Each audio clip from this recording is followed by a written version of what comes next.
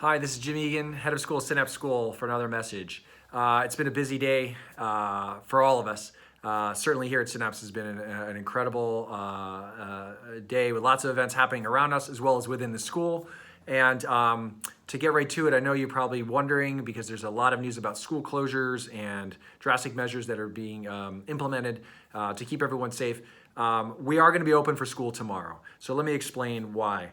I've discussed this with dozens, if not hundreds of people over the past few days. Today, I went to the city to meet with a group of K-8 heads and then to get on a call with the California Association of Independent Schools, with all of the heads from California.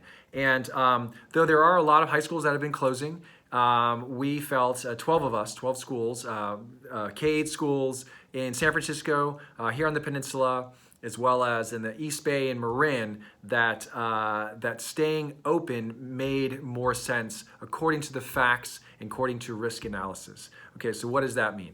Well, let's look at UCSF's research that's coming out. They have been very clear about what's going on with COVID-19, and they really say even school closures are one of the biggest societal impacts. But we need to be thoughtful before we close schools, especially elementary schools, because of those secondary effects, right? So we'll get into that in a second. We're also, I was looking at the health officer Scott Moreau's message. Some of you may have read that. He was talking about the only way to really stop this virus is to grind society to a halt, which is very stark language. But then he went on to say he doesn't believe it's time to do that right now in San Mateo. At this moment, it will cause more harm than good. So I'm going to follow Scott Moreau's advice not to react at this moment. So we're assessing the traits, right, of our school. We're a small school, less than 300 kids. We have a young staff, right? Most of our staff, not me, I'm not that young anymore, but most of our staff, I think the average age of a teacher across the board is 37 years old. So we are not a high-risk group to worry about.